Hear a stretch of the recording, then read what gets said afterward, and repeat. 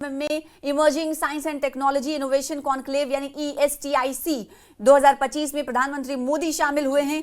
इस दौरान उन्होंने देश में रिसर्च एंड डेवलपमेंट इकोसिस्टम को बढ़ाने के लिए 1 लाख करोड़ रुपए की research development and innovation scheme fund को लॉन्च किया। इस मौके पर केंद्रीय मंत्री जितेंद्र सिंह भी मौजूद रहे। यहां प्रधानमंत्री मोदी ने कहा कि भारत अब केवल टेक्नोलॉजी का कंज्यूमर नहीं रह गया है, वो टेक्नोलॉजी के जरिए ट्रांसफॉर्मेशन में अग्रणी बन गया है। दुनिया का सफल डिजिटल पब्लिक इंफ्रास्ट्रक्चर भारत के पास है। ये ESTIC 2025 कॉन्क्लेव 5 नवंबर तक चलेगा और इसमें एजुकेशन, रिसर्च, उद्योग से जुड़े 3000 से ज्यादा प्रतिभागी, नोबेल पुरस्कार विजेता, प्रख्यात वैज्ञानिक, इनोवेटर्स और पॉलिसी मेकर्स शामिल हो रहे हैं। 21वीं सदी के इस समय में बहुत आवश्यकता थी कि इमर्जिंग साइंस, टेक्नोलॉजी और इनोवेशन पर मंथन के लिए दुनिया भर के एक्सपर्ट एक साथ जुटे और वो मिलकर के दिशा दिखाएं। इसी आवश्यकता ने एक विचार को जन्म दिया और इसी विचार से इस कॉन्क्लेव का विजन बना। मुझे खुशी है कि आज वो विजन इस कॉन्क्लेव के रूप में शेप ले रहा है। कई मंत्रालय, प्राइवेट सेक्टर, स्टार्टअप्स और स्टूडेंट्स इस प्रयास में एक साथ है। ये हमारे लिए सम्मान की बात है कि आज हमारे बीच एक नोबेल लॉरिएट भी मौजूद है। मैं आप सभी का बहुत बहुत अभिनंदन करता हूं। आपको इस कॉन्क्लेव के लिए अनेक अनेक शुभकामनाएं भी देता हूं। साथियों, 21वीं सेंचुरी का यह दौर सबसे अभूतपूर्व बदलावों का दौर है। आज ग्लोबल ऑर्डर में हम एक नए शिफ्ट को विटनेस कर रहे हैं।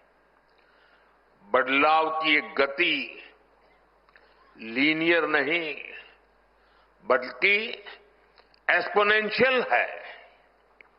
इस सोच के साथ आज भारत इमर्जिंग साइंस, टेक्नोलॉजी और इनोवेशन से जुड़े इन सभी एस्पेक्ट को आगे बढ़ा रहा है, उस पर निरंतर फोकस कर रहा है।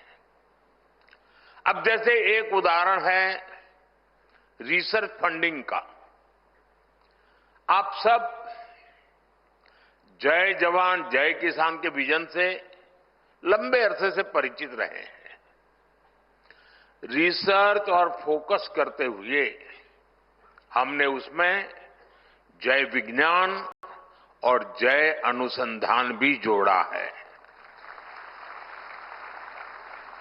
हमने अनुसंधान नेशनल रिसर्च फाउंडेशन बनाया है ताकि हमारी यूनिवर्सिटीज में रिसर्च और इनोवेशन को स्केल अप किया जा सके।